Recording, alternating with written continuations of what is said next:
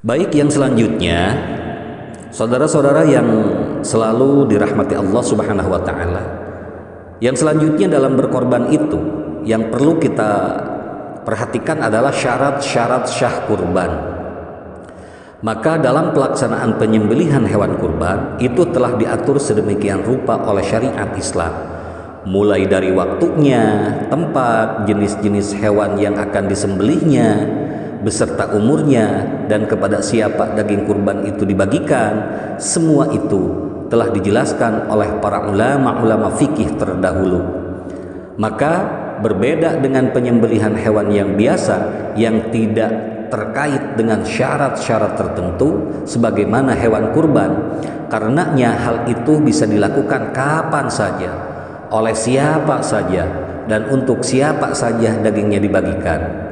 Maka di dalam masalah udhiyah atau berkurban itu termasuk salah satu syiar Islam yang sangat agung dan termasuk bentuk ketaatan yang paling utama kepada Allah Subhanahu wa taala. Ia adalah syiar keikhlasan di dalam beribadah kepada Allah Subhanahu wa taala dan realisasi ketundukan kepada perintah dan larangan Allah Subhanahu wa taala. Maka karenanya setiap muslim yang memiliki kelapangan rezeki, maka hendaknya ia segera berkurban. Ada sebuah hadis dari Abi Hurairah radhiyallahu taala anhu bahwasanya Rasul sallallahu alaihi wasallam bersabda, "Man kana lahu sa'atun wa lam yudhahi fala yaqrabanna musallana." Barang siapa yang memiliki kelapangan sedangkan ia tidak berkurban, janganlah dekat-dekat musola kami. Hadis riwayat Imam Ahmad, Ibnu Majah, dan Imam Hakim, namun hadis ini mauquf.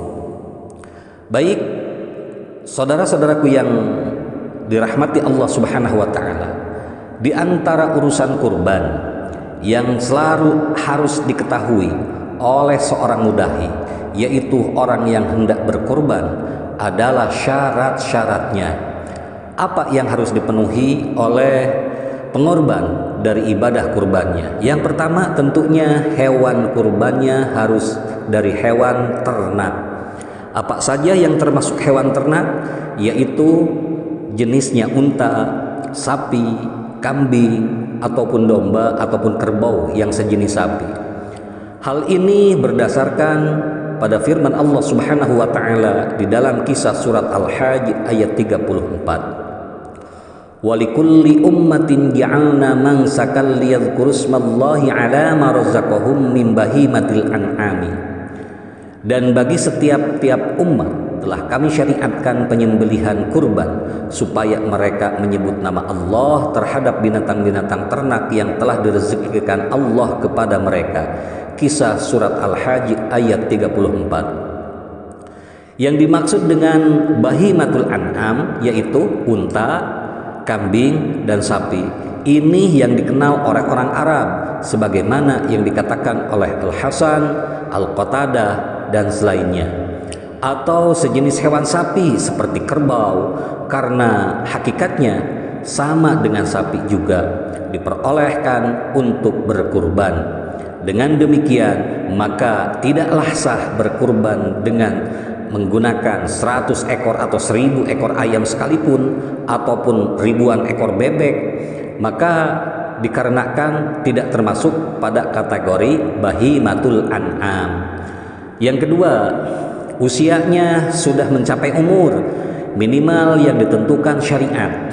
Umur hewan ternak yang boleh dijadikan hewan kurban adalah seperti berikut. Unta minimal berumur 5 tahun dan telah masuk ke tahun ke-6. Yang selanjutnya sapi minimal umur 2 tahun dan telah masuk tahun ketiga. Kambing jenis domba atau biri-biri berumur 1 tahun atau minimal berumur 6 bulan bagi yang sulit mendapatkan domba atau biri-biri yang berumur 1 tahun. Sedangkan bagi kambing biasa yaitu jenis domba atau biri-biri, semisal kambing Jawa, maka minimal berumur 1 tahun dan telah memasuki tahun kedua sebagaimana terdapat di dalam kitab Kifayatul Ahyar. Umur hewan kurban adalah domba yang berumur 6 bulan memasuki umur 1 tahun, dan kambing Jawa berumur 1 tahun telah memasuki umur 2 tahun, dan unta berumur 5 tahun dan telah memasuki tahun ke-6, dan sapi yang berumur 2 tahun telah memasuki tahun ketiganya. Maka tidak sah melaksanakan kurban dengan hewan yang belum memenuhi kriteria umur sebagaimana yang disebutkan tadi.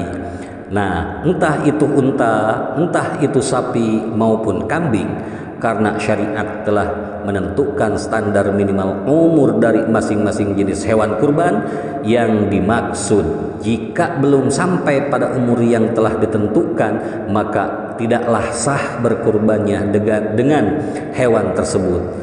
Jika telah sampai pada umur atau bahkan lebih, maka tidak mengapa itu dilaksanakan, asalkan jangan tidak terlalu tua sehingga dagingnya kurang begitu empuk untuk dimakan.